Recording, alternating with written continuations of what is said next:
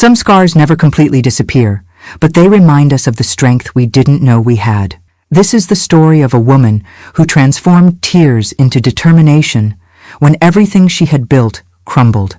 My name is Jane Olivia Sanders. I'm 83 years old today, but my story begins when I was only 19. I was born in Springfield, Illinois, in a simple, hard-working family. My father was a truck driver and my mother a seamstress. We were 5 siblings, and I was the only girl. I learned early on to fight for my space. Before I continue, comment where you're watching this story from. Also, please subscribe to the channel and like the video. It helps this channel a lot. It was 1956. The radio played songs by Patti Page and Perry Como, and America was breathing the air of prosperity with President Eisenhower promising economic growth and stability. For a young woman from a small town like me, the future seemed full of possibilities, despite all the limitations women faced in those days. I worked as a clerk at Johnson's Pharmacy in the town square. That's where I met William. He walked in on a muggy January afternoon, wearing an impeccable suit despite the heat, asking for headache medicine. William Richards was a bank employee recently transferred from Chicago. At 27, with a way of talking that made my knees weak, he asked, "Does the young lady also have medicine for a racing heart?" After I handed him the aspirin, I blushed like a tomato, but accepted his invitation for coffee after my shift. My father, a strict man like fathers were in those days, was very reluctant when William asked permission to court me. "City men are no good," he would say. But William had a way of convincing people, of making them trust him. Within 6 months, even my father was charmed. Our courtship was quick, as was customary at that time. In December 1956, we married at the First Presbyterian Church. I remember my white dress, sewn by my mother and aunts, 3 months of work in lace and satin. The black and white photographs don't show it, but my bouquet was of daisies and white roses. William was as elegant as always, and I felt like the luckiest woman in the world. In the early years, we lived in a rented house near downtown. It wasn't large, but to me, it was a palace. I took care of it with all my love, embroidering tablecloths, planting geraniums in the small yard. William was promoted to assistant manager at the bank and said we would soon own our own home. In 1958, our first daughter, Marianne, was born. Seeing William holding that tiny creature with tears in his eyes made me believe our happiness would only grow. Sundays were special days. We would go to church in the morning, then have lunch with my parents or with William's aunt, his only relative in town. In the afternoon, we'd stroll in the park, William pushing Marianne's carriage, and people would greet us. "What a beautiful family," they would say, and I would swell with pride. Sometimes we would go to the movies to see films with Humphrey Bogart, and I dreamed of being as elegant as Audrey Hepburn. In 1960, I became pregnant again. The pregnancy was more difficult than the first. I had to rest during the last months. That's when I noticed the first changes in William. He would come home late, saying it was work at the bank, the responsibilities of a manager. I believed him, of course. Why would I doubt? He would bring flowers occasionally, chocolates for Marianne, and apologize for being late. Elizabeth was born in March 1961, on a rainy night. The delivery was complicated. I was hospitalized for a week. William would appear only during visiting hours, always in a hurry. "The bank is crazy, Jane. With this inflation, everyone wanting to withdraw money." I understood, or thought I understood. I had 2 small children now, and all my energy went to them. When I returned home with Elizabeth, something seemed different. William was more distant, impatient with the babies crying, irritated by Marianne's questions. She was almost 3 and wanted her father's attention. On nights when he came home late, the scent of different perfume wasn't always disguised by the quick shower he took. I swallowed my tears and doubts. After all, what could I do? I was a woman with no profession, with 2 small children, completely dependent on my husband. It was Mrs. Wilson, our neighbor, who first alerted me. "Jane, you're a decent girl. You don't deserve this." I pretended not to understand, but she insisted. "William has been seen with Carol, that new employee at the bank, at the country club, at the Pine restaurant." I defended William, said they were work commitments. "Work commitments don't end with kisses in the parking lot, child," she responded with the wisdom of her 60 years. That night I didn't sleep. I lay looking at the ceiling, listening to William's breathing beside me, feeling an abyss opening between us. The next morning, as he got ready for work, I casually asked about Carol. He froze for a second, but quickly regained his composure. She's a competent employee, works in the foreign exchange department. Why? I shrugged, said I had heard the name. He kissed me distractedly and left as if it were any other day. But it wasn't any other day. It was the day the seed of distrust had been planted, and it would grow too quickly. I began to notice other signs, the calls he received and went to answer far from me, the shirts with lipstick marks he tried to hide, the weekends he needed to work at the bank. In July that year, Marianne got very sick, high fever, rashes all over her body.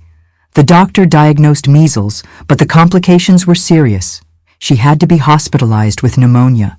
I stayed at the hospital day and night, torn between worrying about Marianne in the hospital and Elizabeth, whom I left with my mother. William would appear, of course, but never stayed long. The bank, Jane, you know how it is. It was on the third night of Marianne's hospitalization, when her fever finally began to subside, that I decided to call the bank. It was late, almost 9 p.m., but William had said he would be there closing the monthly balance. "I'm sorry, ma'am, but Mr. Richards left at 6 p.m. as usual," informed the doorman. That night, sitting next to the hospital bed where my 3-year-old daughter was fighting pneumonia, I cried silently, not just for Marianne's illness, but for realizing that the sandcastle I believed was my marriage was crumbling. Where was William? With whom? Why lie when our daughter was sick? Marianne was discharged after a week, still weak but out of danger. William seemed relieved, and for a few days was the attentive father and husband I had known. But soon, the delays and excuses returned. I kept quiet, swallowed my tears, took care of the girls. What else could I do?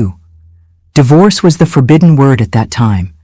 It meant scandal, shame for the family.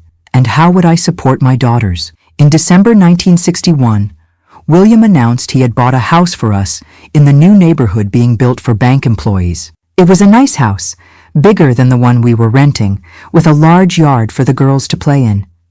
I should have been happy, but something inside me was broken. We moved in January 1962, and the neighbors threw a small welcome party. I smiled, thanked them, pretended we were the perfect family everyone saw. The new house came with bitter revelations. I found receipts for expensive dinners, for gifts I never saw. A gold brooch, a French perfume. In a drawer in the study, I found a photo of William and a young, beautiful woman, embracing in front of a waterfall. Turning the photo over, I read, "Forever yours, Carol." The date? July 1961, exactly when Marianne was in the hospital. I confronted William that night. First, he denied it. Then, irritated that I had gone through his things, he admitted the affair with Carol but said it meant nothing. "You're always busy with the children, Jane. A man has his needs." I was shocked by his coldness, by the way he transformed his betrayal into my fault. It was that night I realized William wasn't just an unfaithful husband. He was a manipulator. He began to say I was getting ugly and sloppy, that any man would seek comfort outside the home, that I should be grateful he still supported me for giving a roof to the children, that without him I would be nothing. And the worst part, I began to believe it. The following months were of slow degradation. William no longer bothered to hide the affair with Carol. He would come home in the wee hours, when he came at all, happy or drunk, sad or irritated. I never knew which version of him I would find. The girls felt the tension. Marianne had nightmares. Elizabeth cried for no apparent reason. In August 1962, I learned from a bank colleague that Carol was pregnant. The world crashed down on my head that day. When William arrived, I had already packed his bags. "You can go live your other life now," I said, with a calmness I didn't know I possessed. He didn't deny Carol's pregnancy. He just laughed, a cruel laugh I'll never forget, and said, "And what are you going to do, Jane? How will you support these children? Who will want an old woman like you?" I was 25 at the time. Not old, but I felt 100 years old, carrying the weight of a failed marriage, shattered dreams, an uncertain future. William left that night, taking only a few belongings. "You'll beg me to come back," were his last words. The year 1962 was ending, and with it the 6 years of a marriage that began as a fairy tale and ended as a nightmare. I was alone with 2 small children to raise, with no profession, no money of my own, in a town where being a divorced woman meant being branded for life. But something inside me, a strength I didn't know I had, told me we would survive. That this wasn't the end, but the beginning of a new story I needed to write. Not for me, but for Marianne and Elizabeth. And so, with fear, but also with a determination born of pain, I closed the door of the house William had bought that August night in 1962. I didn't know what the future held, but I knew that whatever it was, we would face it together, my daughters and I. What I didn't imagine was how painful this path would be, and how much more William would do to try to destroy us. I thought expelling William from the house would be the end of my suffering. But I was wrong. It was just the beginning of a battle I didn't know I would have the strength to fight. The morning after our separation, I woke to loud knocks on the door. It was Mrs. Wilson, my neighbor, with wide eyes. "Jane, you need to see this." She handed me a newspaper. There it was, in the business section, a small note. "William Richards takes position as general manager at the Central Branch of First National Bank." The photo showed my husband, or ex-husband, I wasn't sure what we were legally, smiling next to other men in suits. "Did you know about this?" Mrs. Wilson asked. No, I didn't know. William had never mentioned any promotion. Maybe it was a surprise, I thought for a moment. Then I realized the truth. He was planning a new life away from me, and possibly with Carol. A week passed without news from him. The savings I had kept in a cookie tin, money I had saved from what William gave me for household expenses, were beginning to dwindle.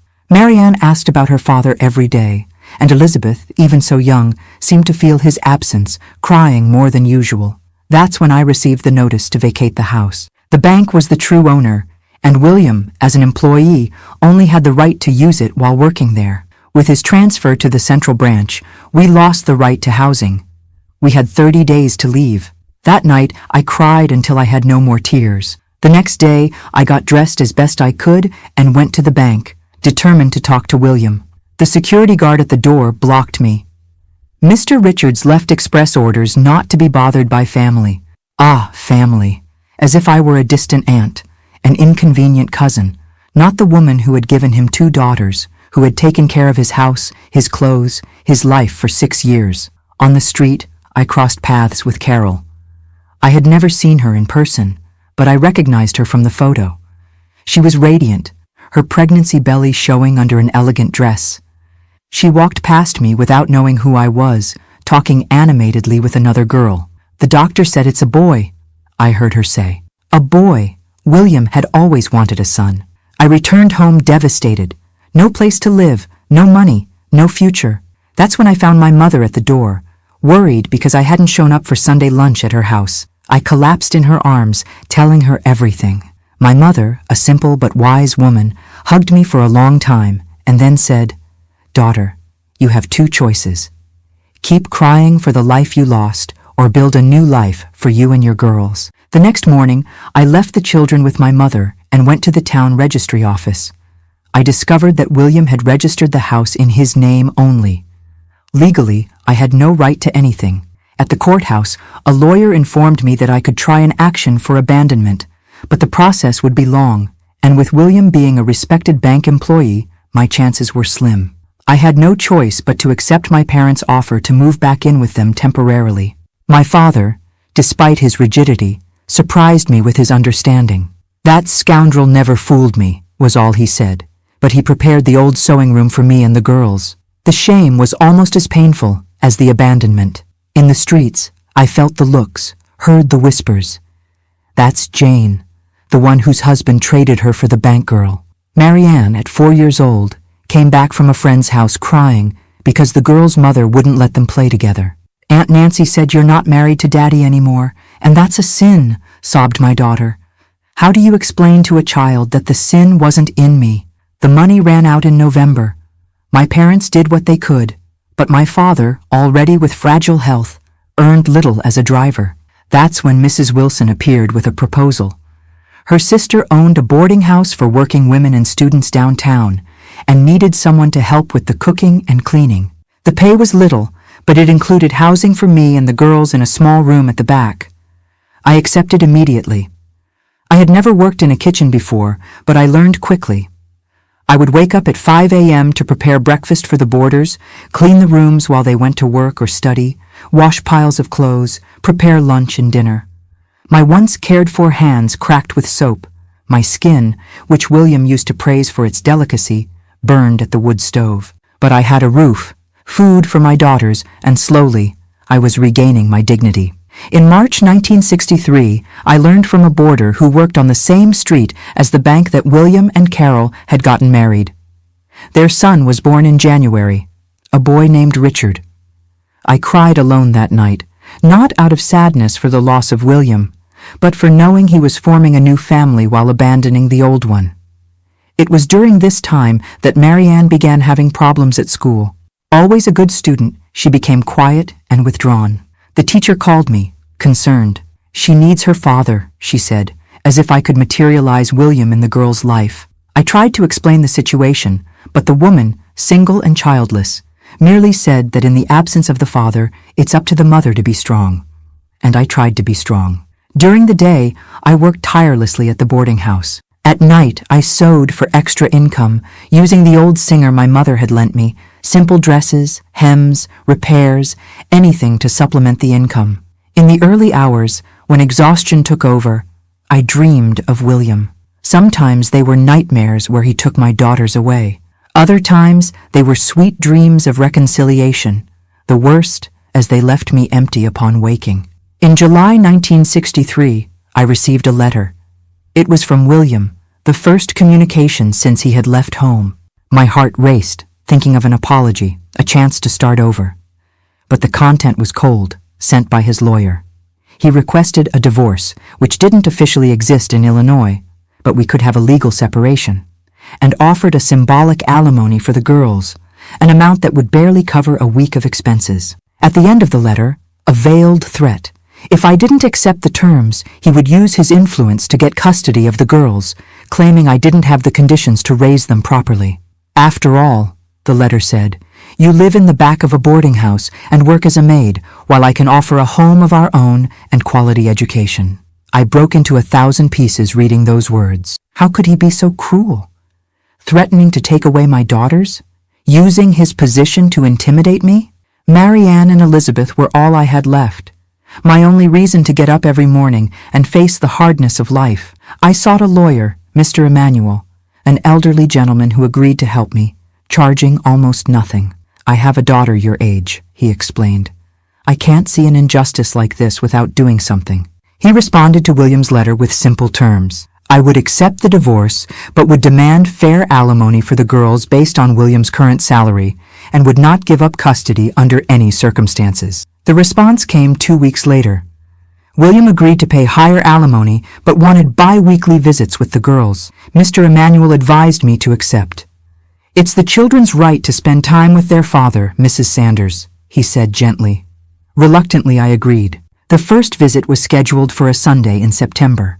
I dressed the girls in their best clothes, few, mended, but clean and pressed. Marianne was anxious, talking non-stop about everything she would tell her father. Elizabeth, just over 2 years old, barely remembered him but absorbed her sister's excitement. We waited in the central square as agreed. 1 hour, 2 hours. The sun began to set. Marianne, tired of playing on the benches in the square, asked every minute, "Is Daddy coming yet, Mommy?" The church clock struck 6, and William didn't show up. We returned to the boarding house, Marianne crying silently, Elizabeth asleep in my arms. That night, lying in the narrow bed I shared with the girls, I made a promise to myself. I would never again allow William to hurt my daughters that way. If he didn't want to be a father, I wouldn't force him. Marianne and Elizabeth would have only me, but I would be enough. I had to be. The following months were ones of adaptation. The boarding house prospered, and Mrs. Matthews, the owner, increased my salary. I started taking evening courses in cutting and sewing at the technical school, leaving the girls with one of the boarders, a pedagogy student who loved children. In the spring of 1964, while the country experienced the turbulence of the civil rights movement, my little personal revolution was advancing silently. I learned to live without expecting anything from William, to count only on my work and on the support network I had formed, my parents, the boarders who had become friends, Mrs. Matthews, who was almost a second mother. The child support rarely arrived on time. Sometimes it didn't come at all. When I complained to William's lawyer, I heard that he was having temporary difficulties despite the important position he held. I stopped counting on that money and intensified my sewing work. The clothes I made began to gain fame in the neighborhood, especially party dresses and children's clothes. In January 1965, Marianne began to show strange symptoms: headaches, vomiting, intermittent fever. The doctor at the health clinic diagnosed stress. "Children suffer too," he explained. "Your daughter is carrying many worries for someone so young." I tried to create a lighter environment, telling cheerful stories before bed, taking them to the park on Sundays, organizing small parties with other children in the neighborhood. But the shadow of William's absence loomed, especially when Marianne saw her friends' fathers picking them up from school or playing in the park. It was during this time that Mrs. Matthews became seriously ill. "Cancer," the doctor said, already in an advanced stage. I took over all the administration of the boarding house while she underwent treatment. I worked from dawn until late at night, divided between the kitchen, cleaning, accounts, shopping, my daughters, my sewing, and hospital visits. In March, Mrs. Matthews called me to the hospital. Weak, she held my hand and said, "Jane, you were an angel who appeared in my life. I never had children, you know. I would like you to have the boarding house when I'm gone." I protested, crying, saying she would get better, but we both knew the truth. Mrs. Matthews passed away in April. In her will, she left me the boarding house with the condition that I keep the name Meadow House and continue to welcome working women. At 28, I became the owner of a small business. The boarders celebrated. They were afraid that Mrs. Matthews' nephew, her only living relative, would transform the place into something else. That same month, William appeared unexpectedly at the boarding house. He was thinner, with deep circles under his eyes. For a moment, my foolish heart quickened. Then he spoke. "I came to see the girls.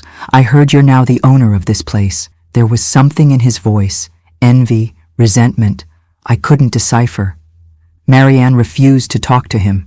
She hid behind me, her eyes full of hurt. "You never came before," was all she said. Elizabeth, who barely remembered her father, hid her face in my apron. William stayed for only 10 minutes, uncomfortable, and left saying he would return soon. He never did. Later, I learned from a former boarder who worked near the bank that William had been fired for irregularities in the accounts. Carol had abandoned him, taking their son Richard. They said he drank a lot. I felt no joy at this news, only a deep compassion for Richard, who would now live through the same abandonment as my daughters, and perhaps deep down, a slight feeling of justice being done, not by me, but by the universe. The year 1965 was closing with significant changes in my life. From abandoned wife to sole entrepreneur, from desperate woman to mother determined to give a better future to her daughters. The pain hadn't completely disappeared, I doubt it ever would, but now it shared space with hope, a hope born not of romantic dreams, but of the hard and comforting certainty that I was capable of surviving, of rebuilding, of prospering despite everything and everyone. And it was with that certainty that I looked at Marianne and Elizabeth on Christmas night of 1965, around the small tree we had set up in the boarding house living room, along with the women who lived there and who had become our extended family. "Mom?" asked Marianne. "Are you happy?" I hugged my daughters and answered sincerely, "Yes, my child. I'm happy that we have each other." What I didn't know was that life still had twists and turns reserved for us, and that William would cross our path once more in the most painful way possible. Meadow House became more than my support. It was my rebirth. Those worn walls witnessed my transformation from abandoned wife to independent woman. 3 years had passed since William left, leaving a trail of pain that was slowly dissipating. 1966 began with changes. The boarding house, once a modest business, was thriving. The 8 vacancies were always filled with a waiting list, beginning teachers, shop clerks, students, women working, something still viewed with reservations at that time. I transformed the old storage room into 2 more rooms and hired Aurora, a widowed lady, to help in the kitchen. Marianne, now 8, had become a serious and studious girl. The hurt from her father's abandonment manifested in sudden silences, in distant looks. Elizabeth, at 5, remembered little of William, asking less about him each passing year. "Other girls have a father. Why don't we?" she questioned once. I replied that families come in many formats, and ours was small but full of love. William's child support stopped coming completely in March that year. Mr. Emanuel tried to contact him, but discovered he had moved from Springfield without leaving an address. "Better to forget," the old lawyer advised me. "You've proven yourself capable of raising your daughters alone." At Easter, I inaugurated a new venture, the sewing atelier annexed to the boarding house. My dresses had gained fame beyond the neighborhood. There were orders from women in local society. I hired 2 young women to help, girls from the suburbs who had talent with the needle but few opportunities. "You're different, Mrs. Sanders," Lucia, one of them, told me after a month working with me. "How so?" I asked. "You went down and came back up. Most women just fall." Those words touched me deeply. How many women like me, abandoned, betrayed, couldn't rise again? I began to accept some apprentices without charging, young single mothers or widows without a profession. "Give a fish and teach to fish," my mother would say, quoting an old proverb. In July, I received an unexpected visit. Helena, William's former colleague at the bank, now transferred to Chicago. "I don't know if I should tell you," she hesitated, having coffee in the boarding house kitchen after the girls went to sleep, "but I think you have the right to know. Carol had abandoned William a year earlier, taking Richard, then 2 years old. The reason? She had discovered other lovers, several junior female employees at the bank. William began to drink heavily, missing work until he was fired for diverting money from client accounts. He's in Chicago now, working as an insurance salesman. I heard he lives in a boarding house room in the Loop. I felt a mixture of compassion and vindication. The man who had humiliated me, who had threatened to take my daughters, claiming I didn't have the conditions, now lived in a situation similar to what he had imposed on me. "And Richard?" I asked. Carol remarried to a businessman. From what I know, the stepfather registered the boy as his son.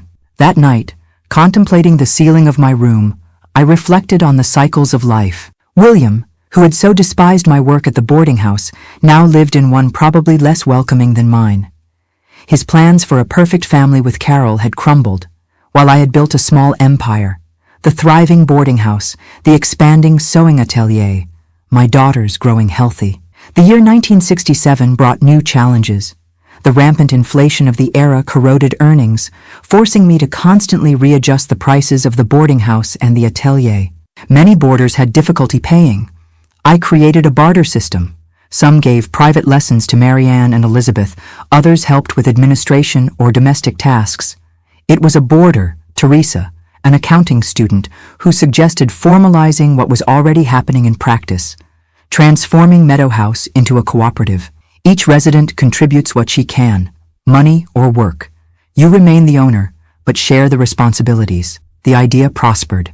Soon, Meadow House became known not only as housing for working women, but as a space of mutual support, of female solidarity in an era when independent women were viewed with suspicion. We created our own community. The atelier also grew. Beyond dresses and made-to-measure clothes, we began to produce a small line of ready-made pieces sold in 2 downtown stores. I hired more seamstresses, all women in vulnerable situations, many with stories similar to mine. In September, a disturbing incident. Elizabeth, returning from school, was approached by a man who said he was her father. Frightened, the girl ran into the boarding house. When I arrived from the atelier, I found her crying in Aurora's arms. "It was Mr. William indeed," confirmed a neighbor. "He was agitated, seemed drunk." The next morning, I went to the police station. The sheriff, a middle-aged man with tired eyes, listened to me impatiently. "Mrs. Sanders, I can't prevent a father from seeing his own daughter. I explained that William hadn't sought the girls for years, that he had appeared drunk, that Elizabeth barely recognized him. Even so, it's his right. You should be grateful he's still interested. I left the sheriff's office indignant. His right? And what about my daughter's rights not to be frightened, not to have a drunk stranger suddenly appearing in their lives? I realized, not for the first time, how society favored men, even those who abandoned their responsibilities. As a precaution, I hired Joseph, Aurora's brother, to pick up the girls from school. He was a gentle man who had lost his wife in childbirth and was raising his son, Anthony, Elizabeth's age, alone. We became friends, sharing the challenges of raising children without a partner, although our situations were quite different. He a widower, respected, me divorced, stigmatized. Weeks later, at the Sunday market, I crossed paths with William. He was unrecognizable, thin, disheveled, yellow eyes. He made a motion to approach, but Joseph, who was accompanying us, stood in front of me. William walked away, staggering. "Do you know that man?" Joseph asked afterward. "He's the father of my daughters," I replied, feeling a lump in my throat, not out of love or longing, but at the sight of human decay, of the waste of a life. "He's not well," commented Joseph, with the compassion characteristic of those who have already suffered. "Worry about your daughters and yourself, Jane. Some people don't want to be saved." Those words stayed with me for years. I had blamed myself for the failure of the marriage, questioned what I could have done differently. Now I clearly saw, William had made his choices, and I had made mine. He had chosen the path of betrayal, of escaping responsibilities. I had chosen to face reality, to rebuild, to move forward. In December, during the Meadow House Christmas party, Joseph asked me to marry him. It was discreet, a private moment in the back garden while the children played and the boarders sang Christmas carols. "You don't need to answer now," he said, gentle as always. "I know you carry deep scars." That night, contemplating my sleeping daughters, I reflected on the proposal. Joseph was a good man, hard-working, loving with his son, and kind to Marianne and Elizabeth. Marriage would mean security, a complete family for my daughters, a companion for me. But it would also mean giving up the hard-won independence, the freedom to make my own decisions. On Christmas morning, I gave my answer. "I need more time, Joseph. It's not you. It's my scars. And also, I've conquered something precious, my autonomy. I don't know if I'm ready to share the reins of my life." He understood, without pressuring. We remained friends, our children growing up together, sharing Sundays in the park, occasional movies, family dinners. It was an arrangement that worked for everyone. 1968 brought political turbulence to the country. The Vietnam War and civil rights struggles intensified, creating a tense atmosphere nationwide. At the boarding house, we discreetly welcomed 2 students persecuted for participation in the student movement. "You could have problems," warned Teresa, now graduated in accounting and my assistant in the administration of the boarding house and the atelier. "These are dangerous times." "More dangerous is closing our eyes to injustice," I replied, remembering when no one welcomed me in my moment of greatest vulnerability. In March 1969, a tragedy struck us. William, completely drunk, caused an accident that resulted in the death of a young couple. He was arrested, tried, and sentenced to 6 years in prison.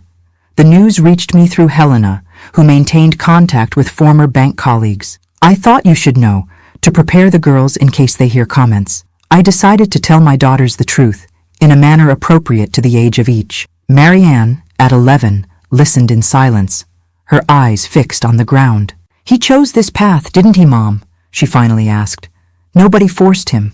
Elizabeth, at 8, had fewer memories of her father, but still kept the idealized image she had created. "Will he get better in prison? Will he regret it?" I hugged her, feeling her small body tremble. "I don't know, my love. We can only hope he finds himself." That night, Joseph appeared with a bouquet of daisies, my favorites. "I heard what happened. I came to see how you are." We talked at length on the porch, the children already asleep. We spoke about choices, consequences, the effect of our actions on others' lives, about William, who from a respected man in the community had become a prisoner, leaving a trail of pain in his path. People think divorce is the failure, I commented. But sometimes it's the salvation. If I had continued with William, maybe I would have been in the car that night. Maybe the girls would have been. Or we would have sunk with him in a toxic marriage. Joseph took my hand, a simple gesture of comfort, with no ulterior motives. You didn't just survive, Jane. You flourished. That's more than many people, men or women, achieve in an entire lifetime. The following months were of stability and growth. Meadow House continued to prosper with a waiting list. The atelier produced for 4 stores in the city and 2 in Chicago. I hired a lawyer to formalize the cooperative, and we were about to open a small restaurant on the ground floor, Aurora's idea, whose southern cuisine was successful among the boarders. In October, I received a letter from the penitentiary. It was from William, written in trembling handwriting, very different from the firm strokes I had known. He asked to see his daughters, said he was sick, spoke of repentance and forgiveness. I sat in the garden, the letter in my hands, observing the roses I cultivated with care, the same ones that had once adorned my bridal bouquet. I showed the letter to Marianne and Elizabeth, respecting their right to decide. Do you want to see him? The choice is yours. I'll support any decision. Marianne, always more reserved, shook her head. I can't, Mom. Maybe someday, but not now. Elizabeth bit her lip, undecided. Can I think about it? I don't know what I feel. I responded to William, informing him of the girls' decision without judgment or resentment. They are people, not property. They have the right to process their feelings at their own pace. I ended the letter with a phrase that summarized my journey. I hope you find the peace that I found, William. There is always a path to redemption if we are willing to walk it. December arrived with festive airs. The boarding house, decorated for Christmas, was bustling with activity. The boarders, many unable to travel home due to distance or family circumstances, were preparing a special celebration. The newly opened restaurant was reserved for Christmas dinner. On the afternoon of the 24th, Joseph appeared with his son and an unexpected gift. 2 snow-white rabbit kits for Marianne and Elizabeth. Everyone deserves something alive to care for, he said, as the girls celebrated, ecstatic with the little animals. Observing that scene, my smiling daughters, the boarding house full of life, the thriving atelier, the restaurant that was beginning to attract clientele, I felt a deep gratitude for the life I had built from the ruins. It wasn't perfect. It had its difficulties, but it was authentic, conquered with hard work and determination. Joseph approached, holding a small box. It's not a marriage proposal, I promise. He smiled, noticing my expression. Just a Christmas memento. Inside was a delicate flower brooch worked in silver, for the owner of Meadow House, a woman who found beauty among the thorns. That night during dinner, I looked around the long table. My daughters, Joseph and Anthony, Aurora and her brother, the boarders, the seamstresses from the atelier who had no family in town. We were a diverse community, united not by blood ties, but by choice, by affection, by mutual respect. I raised my glass in a silent toast to the 19-year-old girl I once was, scared and dazzled by an elegant banker in an impeccable suit. That girl would never have imagined the journey life had in store for her. The deep falls, but also the unexpected flights, the thorns, yes, but mainly the flowers she managed to cultivate among them. The year 1969 was ending, taking with it a decade of transformations. The young clerk had become a businesswoman, a single mother, the pillar of a small community. The scars remained, but they no longer hurt as before. They were marks of battles won, silent witnesses to a strength I didn't even know I possessed until I was forced to discover it. What I didn't imagine was that the 1970s would bring new challenges and that the past would return in unexpected ways, testing once more my ability to forgive others and mainly myself. If you're enjoying my story, don't forget to subscribe to the channel and like the video. Now let's continue. The decade of the 1970s began with America experiencing economic challenges. The newspapers talked about recession. The black and white TV commercials showed smiling families. But this prosperity wasn't reaching everyone equally. At Meadow House, we felt the effects of inflation, the difficulties of keeping prices accessible for our boarders, teachers, secretaries, students, while costs rose steeply. It was a daily balancing act that required creativity and determination. In March 1970, Marianne turned 12. She was no longer the insecure child who cried for her father's absence. She had transformed into a serious, responsible preteen with a remarkable talent for numbers and administration. She would accompany me to the farmer's market on Sundays, negotiating prices with a skill that surprised even the most experienced vendors. "This girl has a knack for business," commented Mr. Jones from the butcher stall after Marianne secured a considerable discount on meat for the restaurant. "Takes after her mother." Those words filled me with pride. Marianne was my reflection in many aspects: the determination, the practicality, the sense of responsibility. But she also carried her own scars. Sometimes I would catch her watching other girls with their fathers, a distant look revealing the still open wound of abandonment. Elizabeth, at 9, was the opposite of her sister. Extroverted, artistic, always surrounded by friends. She had inherited my talent for sewing, creating little clothes for her dolls with scraps from the atelier. Unlike Marianne, she spoke openly about William, creating fantasies where her father returned regenerated, asking for forgiveness. "He's in prison now, isn't he, Mom? When he gets out, will he come see us?" she would ask frequently. I tried to balance truth with compassion, without feeding unrealistic hopes or completely destroying the paternal image. In May, I received a letter from William's lawyer. He had developed liver cirrhosis and was hospitalized in the prison hospital. His condition was serious. Given the circumstances, he requested house arrest and wanted to know if he could serve it under my supervision, since he had no close family. The letter fell like a bomb on my carefully reconstructed life. William again in our daily lives? The man who had abandoned his daughters, who had threatened to take my custody, who had plunged into alcoholism until causing the death of innocents? How would this affect Marianne, Elizabeth, the dynamics of the boarding house? Joseph, who had become my confidant, advised caution. "You've built a solid life, Jane. Don't allow him to destabilize you again." Teresa, more practical, suggested, "Offer financial assistance to host him elsewhere with a nurse. You have no obligation to have him under your roof." I consulted Marianne and Elizabeth, as I always did in important decisions. The reaction was divided, as expected. "He made his choices, Mom. Why should we bear the consequences?" questioned Marianne, with maturity beyond her years. Elizabeth, on the other hand, saw an opportunity. "He's sick, Mom. Maybe it's a chance to make peace." After days of reflection, I made my decision. I would write to the judge explaining that I couldn't receive William at the boarding house, but that I would rent a small apartment downtown, hire a nurse for basic care, and allow the daughters to visit him if they so wished. "Not for him," I explained to Joseph, "but for the girls, so they don't carry the weight of doubt." In June, before my proposal was even evaluated by the judge, I received the news. William had died in the prison hospital, advanced cirrhosis complicated by pneumonia. He had died alone, without family by his side. The news hit me in an unexpected way. There was no more love, but there had been once.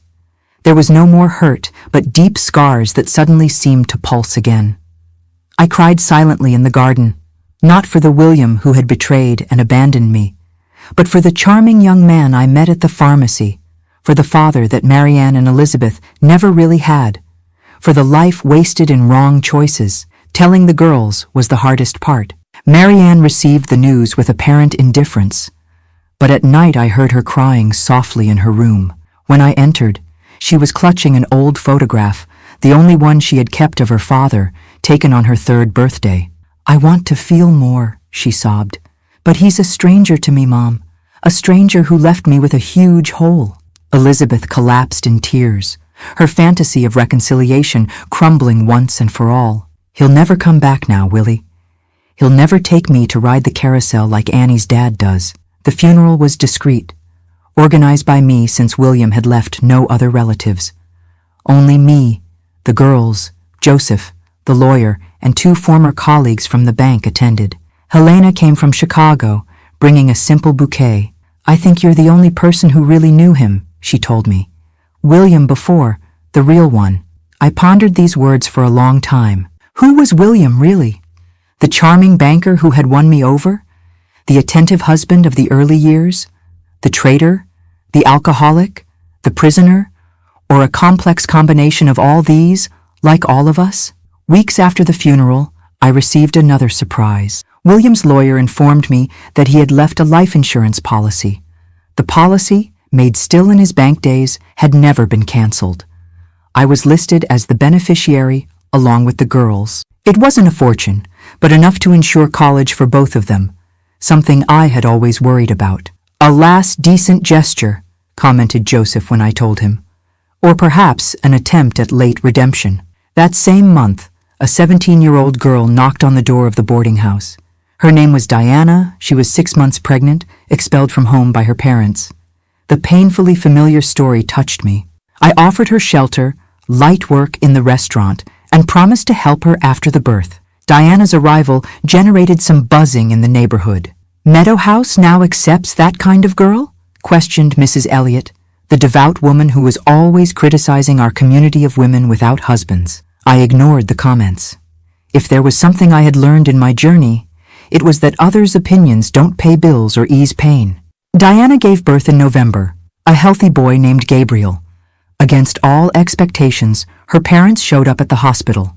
The sight of their grandson softened her father's severe heart, who invited his daughter and the baby to return home. "But I want to work, Dad," insisted Diana. "Mrs. Sanders taught me that I can be a mother and still have my independence." We reached an agreement. Diana would return to live with her parents, but would continue working part-time at the restaurant and studying at night to finish high school. She had become one of my girls, as I came to call the young women I welcomed. Not just the boarders, but all those who found in Meadow House a space of welcome and growth. 1971 arrived with news. The restaurant was gaining fame beyond the boarding house, attracting outside customers. We decided to expand it, renovating the entire ground floor area. It was a risky investment that would consume years of savings, but Teresa did the calculations and guaranteed it would be worth it. During the renovation, Marianne showed herself especially involved. At 13, she followed the work daily, checking materials, questioning prices, suggesting modifications that would save money without compromising quality. "She's going to be an architect," commented the construction foreman, impressed. "No," corrected Marianne with the determination that characterized her. "I'm going to be a civil engineer." Engineering was a course practically exclusive to men at the time. When I cautiously commented on this, Marianne shrugged. "So what? You run a boarding house, a restaurant, and an atelier alone, Mom. You taught me that a woman can do anything." Those words were engraved in my heart. Among so many lessons I had tried to transmit to my daughters, this was perhaps the most important. Independence, confidence in one's own ability, the refusal to accept the limits imposed by society. The restaurant reopened in August, completely renovated, with capacity for 60 people. I officially named it Southern Comfort, in homage to Aurora and her Southern cuisine that now attracted customers from all over the city. We installed a luminous sign on the facade, my first advertisement, a luxury for the time. The inauguration was a success, with a line on the sidewalk. Joseph, who had accompanied the entire process, seemed almost as proud as I was. Our friendship had evolved into a peculiar relationship by the standards of the time. We didn't live together. We weren't married, but we shared dinners, Sunday walks, mutual support. The children considered themselves practically siblings. At social events, we introduced ourselves as good friends, although everyone knew it was more than that. "People talk, Jane," my mother warned me, concerned about my reputation. "Let them talk," I replied, smiling. "I'm 34. I have 2 thriving businesses and 2 wonderful daughters. Others' opinions are the least of my problems." At Christmas 1971, Joseph surprised me with a special gift: tickets to Miami. "You've never left Springfield. The girls need to see the ocean."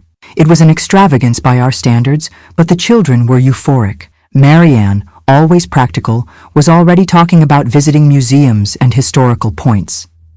Elizabeth dreamed of the beach, the waves, the ice creams by the seaside. We traveled in January 1972, leaving Aurora and Teresa responsible for the boarding house and the restaurant. Being away from business was a luxury I rarely allowed myself, but Joseph insisted. "You've been working non-stop for 10 years, Jane. You deserve a rest." Miami was everything the magazines and television showed and more. The beautiful architecture, the Art Deco district, the beaches of South Beach and Key Biscayne. For small-town girls raised with simplicity, each experience was a wonder. Elizabeth froze before the sea, her eyes watering. "It's bigger than everything, Mom," she whispered. Marianne, more reserved, kept everything in her diary, mentally photographing every detail. Those 2 weeks in Miami transformed something in us. We returned renewed, with expanded horizons. Marianne, especially, returned determined to study more, to conquer a place at the university, to see more of the world beyond our city. Elizabeth brought a new passion: painting. During the trip, we visited a modern art exhibition, and the girl was fascinated by the colors, forms, possibilities. The year 1972 went by with stability in business. The restaurant prospered. The boarding house maintained its excellent reputation. The atelier received constant orders. Economically, we had never been so well. I was finally able to buy a small used car, but in good condition. Learning to drive at 35 was a challenge I faced with determination. If a man can do it, I can too, I repeated to myself as I dealt with clutch and gears. Joseph had the sensitivity not to offer help unless I asked for it. He knew how important my independence was. In the second half of the year, news shook our routine. Carol, William's ex-lover and then wife, had died in a car accident in Chicago. I learned through Helena, who maintained contact with former bank colleagues. The most disturbing part? Richard, William's son with Carol, now 11 years old, was being sent to an orphanage since the stepfather didn't wish to keep him. The news caused me a profound disquiet. The boy, half-brother to Marianne and Elizabeth, alone in the world. The son of the man who had betrayed me, who had abandoned our daughters, but still an innocent child. For days, the image of that boy I had never seen, but who carried the blood of my daughters, tormented me. "What are you thinking about, Jane?" Joseph asked one night, noticing my distraction during dinner. "I'm thinking about Richard, about how scared and confused he must be, about how unfair it is to pay for parents' mistakes." That night, after the girls were asleep, I had a long conversation with Joseph. I exposed my contradictory feelings, my impulse to do something for Richard, my fear of the complications this would bring. Joseph listened patiently, without judging. "You have the biggest heart I've ever known, Jane. If you feel you should do something, do it. I'll be by your side." I spoke with Marianne and Elizabeth the next morning. I explained about Richard, his kinship with them, his current situation. The reactions were mixed. Marianne, always more emotionally reserved, asked practical things: the boy's age, how we would reorganize the rooms, legal questions. Elizabeth, impulsive, was enchanted with the idea of a brother. "Can we get him today, Mom?" The decision was made. I activated lawyers, started the process to obtain custody of Richard. It wouldn't be easy.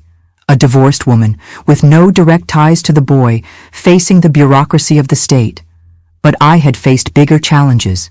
During the process, we prepared space for Richard. We converted a small storage room into a bedroom, painted walls, bought simple but comfortable furniture. Marianne donated some books from her shelf. Elizabeth separated games and art materials. Anthony, Joseph's son, offered his old collection of toy cars. In December 1972, after months of legal procedures, we finally obtained temporary custody of Richard. Joseph accompanied me to Chicago to pick him up at the state orphanage, a gray, impersonal building in a downtown neighborhood. The boy we met was the image of William, the same brown eyes, the same determined chin. Thin, pale, with a distrustful look, he held a small suitcase with his few belongings. "Hello, Richard. I'm Jane, and this is Joseph. We've come to take you home." "Are you a relative of my mother?" he asked, confused. How to explain our complicated kinship? I opted for the simplified truth. "No, dear, but you have 2 sisters who are my daughters. Your father was married to me before he met your mother." Richard's adaptation was gradual, full of challenges. Initially withdrawn, distrustful, he constantly tested limits, like any child who had gone through so many traumas and abandonments. Marianne maintained emotional distance, observing her half-brother with caution. Elizabeth, on the other hand, adopted him immediately, becoming his guide, protector, translator of the new world in which he found himself. In the first months of 1973, Richard had frequent nightmares. He would wake up screaming, calling for his mother. On these nights, I would hug him until he calmed down, singing the same lullabies that had cradled my daughters. Gradually, the nightmares diminished. In their place emerged a voracious interest in books. Richard discovered in reading a refuge, a way to process his emotions. "He has a brain just like Mary Ann's," commented Elizabeth one afternoon, observing her brother absorbed in an adventure book. "And a smile just like yours, Mom. When he finally smiles, it looks like you." Those words touched me deeply. Richard didn't carry my blood, but by welcoming him, I had offered him more than a roof. I had given him the chance of a new beginning, of an identity beyond the tragedy that had marked the beginning of his life. And perhaps that was the greatest lesson of that tumultuous decade. Family isn't defined by blood or documents, but by daily choices of love and care. In July 1973, after a year of temporary custody, we finally received the news. Richard's permanent custody had been granted. To celebrate, we organized a special lunch at the restaurant, complete with cake and presents. "It's like a new birthday," explained Elizabeth to her brother. "The day you officially became part of our family." During the celebration, observing my two daughters and this new son that destiny had brought through tortuous paths, I recalled the naive young woman I once was, the clerk in love with the elegant banker, dreaming of the perfect life, the ideal marriage, the family and the models that society determined as correct. Real life had proved infinitely more complex, painful, surprising, and also richer, deeper. The scars we carried, Marianne, Elizabeth, Richard, and I, were not just marks of suffering but witnesses to our capacity to survive, to rebuild, to love again. That festive July afternoon, as Richard blew out the candle of his new birthday, I made a silent prayer of gratitude. Gratitude for the falls that taught me to rise, for the abandonments that forced me to find inner strength, for the closed doors that obliged me to build my own path, and for the flowers I had managed to cultivate among so many thorns.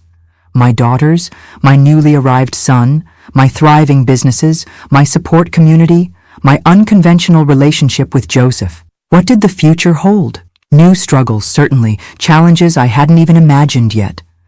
But also, and mainly, the certainty that I wouldn't walk alone, and that yesterday's scars would be the strength to face tomorrow. The first rays of 1974 found Meadow House in full transformation. What had begun as a simple shelter for working women had become a small complex. The boarding house on the upper floor, the Southern Comfort restaurant on the ground floor, and the sewing atelier at the back. On the exterior walls, flowering vines climbed vigorously, a perfect symbol of how life always finds a way through the cracks. Our America was experiencing the aftermath of Watergate, but in our small corner of the world, life continued with its particular rhythm.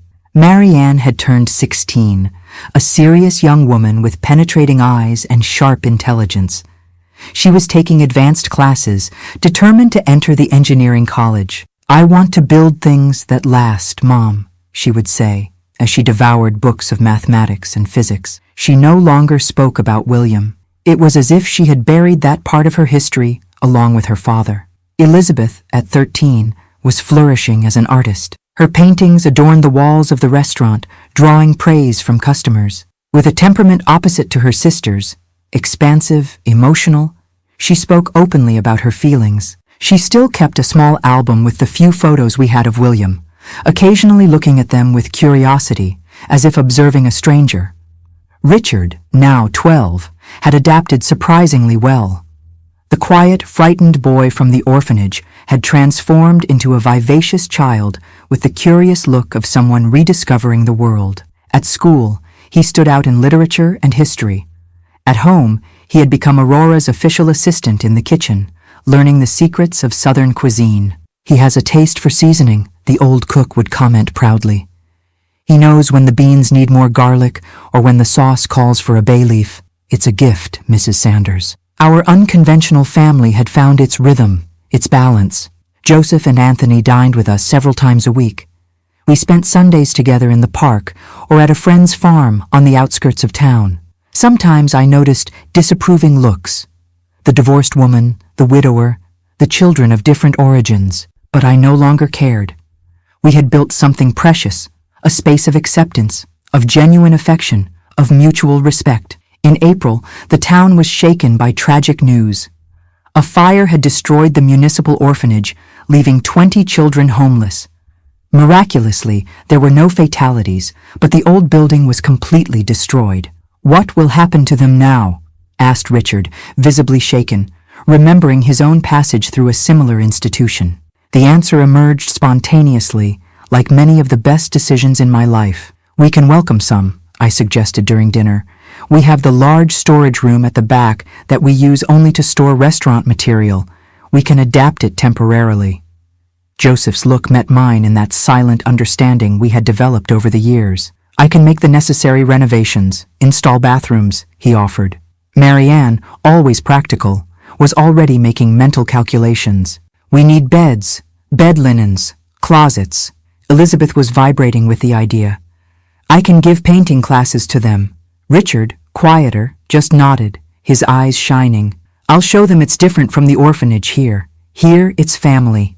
Thus was born what would later be called Flower Shelter, initially an emergency space for 5 children between 7 and 10 years old, 3 girls and 2 boys. The adaptation of the storage room was a joint effort. Joseph coordinated the structural part. The boarders donated furniture, clothes, toys. The restaurant customers, knowing of the initiative, contributed with donations. Aurora organized a team of volunteer cooks to increase meal production. "Do you think you can manage it?" asked the juvenile judge, visibly skeptical about my capacity to administer yet another responsibility. "I know I can," I replied without hesitation. "I have an entire community supporting me." The children arrived in May, frightened, carrying small bundles with their few belongings saved from the fire. Richard was fundamental at this moment. He knew exactly how they felt, the fear of the unknown, the longing for familiar faces, the fear of yet another abandonment. "Here no one yells at you," he explained to Joaquin, the youngest at just 7 years old. "And the food is the best in town." The first days were chaotic, adapting routines, understanding personalities, dealing with specific traumas. Anna, 9 years old, had nightmares about the fire.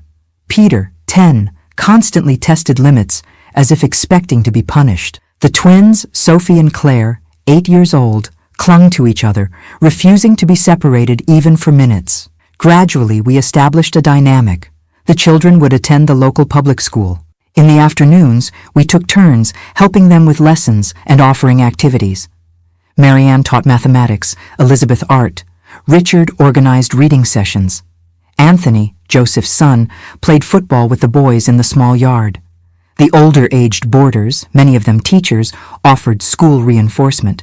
What began as a temporary solution extended when the orphanage was rebuilt 3 months later. The children didn't want to return. "We've never had a place like this," explained Sophie, the more articulate of the twins. The judge, witnessing the progress made, granted us provisional custody, with regular visits from social workers for evaluation. In July, I received an unexpected proposal. The Municipal Department of Social Assistance offered a small monthly subsidy to formalize our shelter, recognizing its role in the community. "We don't want to institutionalize," explained the secretary, "but to support initiatives like yours that offer a family environment for these children." The financial help, although modest, allowed us to plan expansions.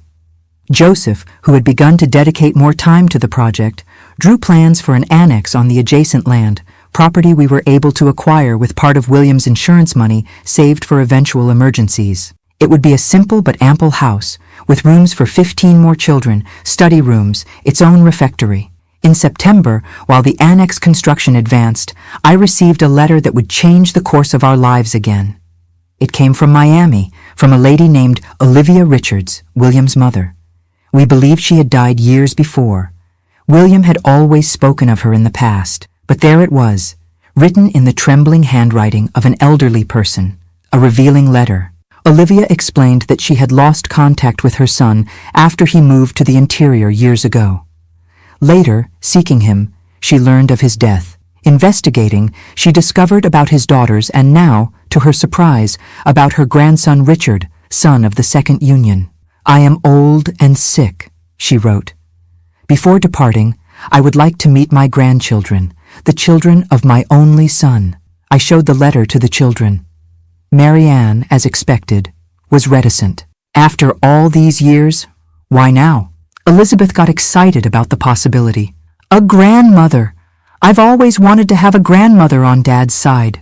Richard, thoughtful, said only, "I want to know what my father was like as a child.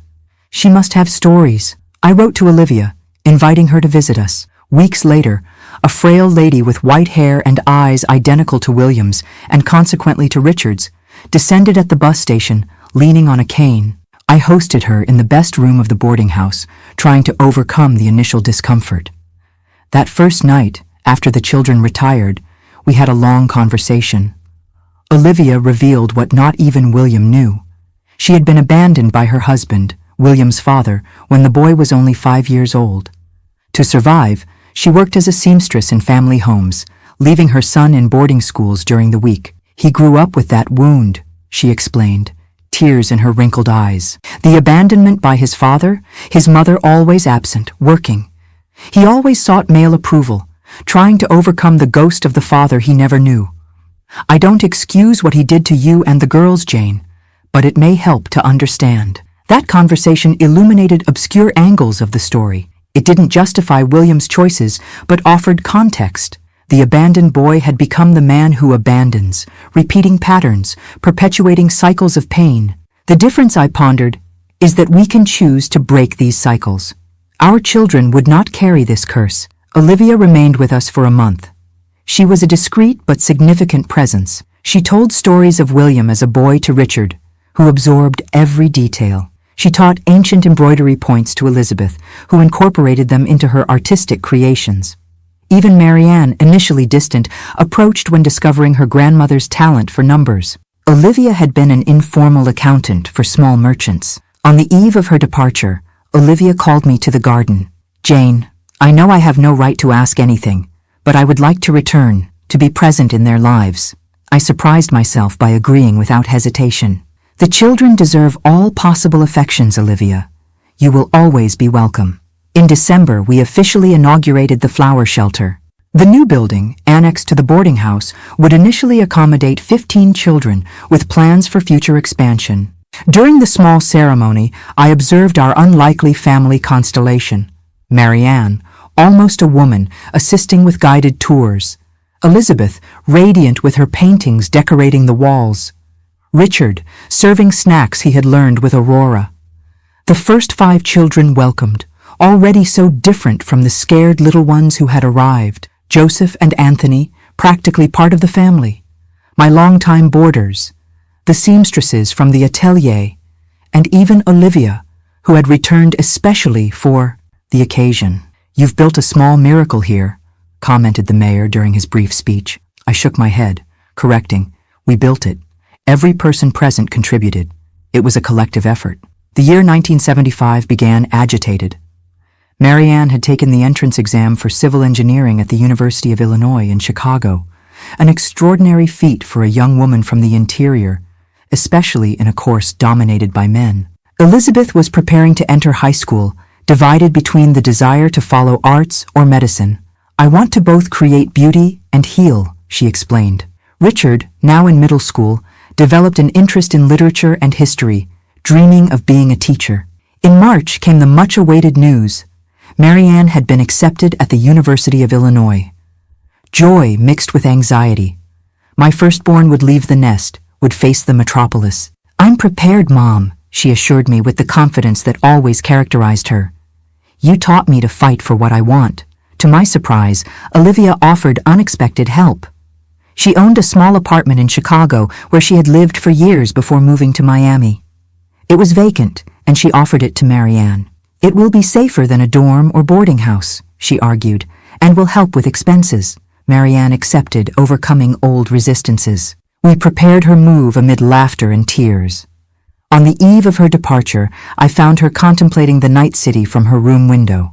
"I'm afraid, Mom," she confessed, briefly abandoning the strong posture. What if I can't make it? What if they find out I'm a small-town girl?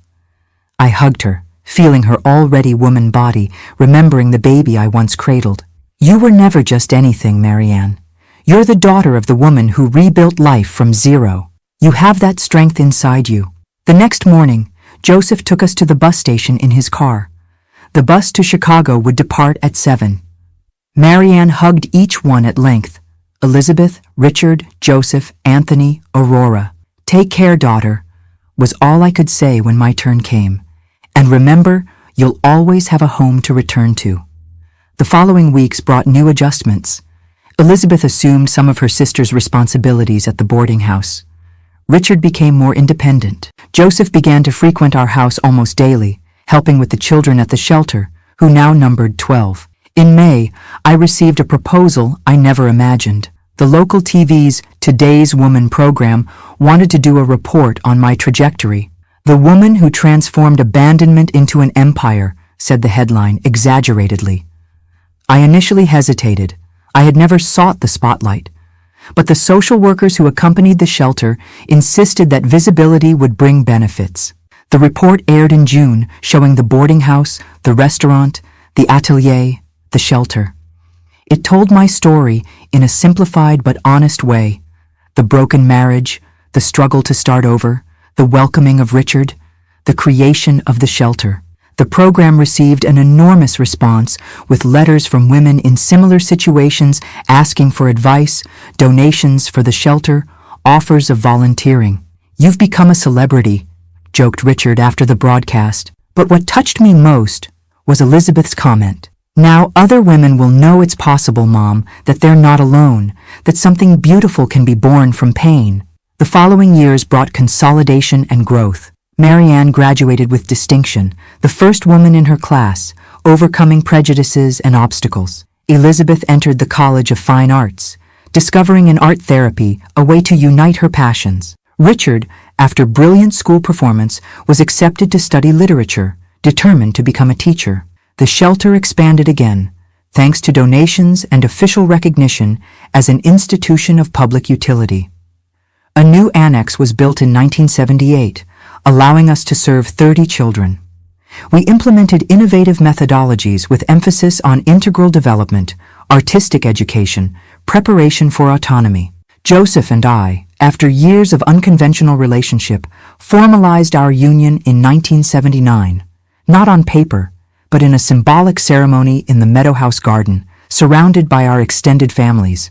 We don't need documents to prove what we've built, declared Joseph, always respectful of my hard-won independence. In January 1980, as I contemplated the photo albums that documented our journey throughout the decades, I received the news of Olivia's passing. She departed serenely in her apartment in Miami, after reconciling with her grandchildren and, in a way, with the complex memory of her son. In her will, she left the Chicago apartment to the 3 grandchildren in equal parts, her last gesture of reparation for wounds she didn't cause but inherited as part of her own history. In the summer of 1980, we organized the first reunion of ex-residents of Flower Shelter, children who had passed through our institution and now followed their independent lives. It was an emotional celebration, with teenagers and young adults returning to share achievements, challenges, memories. Joaquin, the frightened boy who had arrived at 7 years old, now 13, solemnly declared, "When I grow up, I want to do for others what Mrs. Sanders did for us, show that family isn't just about blood." In August of that year, sitting in the garden of the boarding house, now full of roses, geraniums, and sunflowers that I cultivated with pleasure, I reflected on the incredible journey that life had provided me. The young clerk in love with the elegant banker had given way to a 43-year-old woman, a businesswoman, mother to biological and adopted children, heart grandmother to dozens of children who had passed through the shelter. The scars remained, marks of abandonment, struggle, losses. But as I told the children we welcomed, scars are medals of survival. Each mark told a story, witnessed a battle won, reminded us that we are stronger than we imagine. That golden afternoon of 1980, surrounded by the bustle of children playing, boarders talking on the porch, the aroma of fresh bread coming from the restaurant kitchen, I felt a deep gratitude, not for the abandonment, the betrayal, the nights of tears, but for the strength I discovered in the ashes, for the community I built from the ruins, for the beauty that flourished in seemingly barren soil. It's this strength I recall today, at 83, when young people like you ask me about my story. How did you manage it? They ask, amazed at the obstacles I faced in an era when divorced women were social pariahs, when being a woman entrepreneur seemed impossible, when raising children alone was seen as a sentence of failure. The answer is simple, although the path was complex. One step at a time, one day after another, with the certainty that the end of one dream doesn't mean the end of all dreams, and mainly, with the understanding that our greatest wounds can become our greatest gifts if used to generate empathy instead of bitterness, to build instead of destroy. Today, Meadow House, Southern Comfort Restaurant, the Atelier, and the Flower Shelter continue active, administered by a board that includes my children, former shelter residents, and community members. Joseph departed 5 years ago, peacefully during sleep, after a life full of affection and achievements. My children followed their paths. Marianne became a renowned engineer, specializing in affordable housing. Elizabeth is an internationally recognized art therapist. Richard is a university professor, dedicated to American literature. In 2015, the City Hall named a square after me, Jane Sanders Square, with a plaque that describes me as a visionary social entrepreneur, example of resilience. It's an honor, of course, but my true legacy isn't in plaques or tributes. It's in the eyes of each child who passed through the shelter and found their way. It's in the woman who found courage to leave an abusive relationship, inspired by my story. It's in the enterprises that generate jobs and dignity, in lives transformed by the simple act of believing that a new beginning is always possible. For you who are listening to me now, I leave these words. Don't be afraid of the ashes. The fire that seems to destroy everything can, in fact, be the beginning of something new and more beautiful. From the ashes, the most surprising flowers are born, those that no one expected, those that defy the logic of destruction and witness the regenerative power of life. My name is Jane Olivia Sanders. I was a wife, I was abandoned, I was judged. But that was just the beginning of my story, not its end. What came after? The woman I discovered in myself, the strength I didn't know I possessed, the love that allowed me to welcome even the son of betrayal. That's what defines who I am. Not what was done to me, but what I chose to do from that point. And that, my dear, is the true story of how love that turned to ashes was reborn as an entire garden. If you were moved by my story, subscribe to the channel, hit the notification bell, and like the video. Until next time, my dears.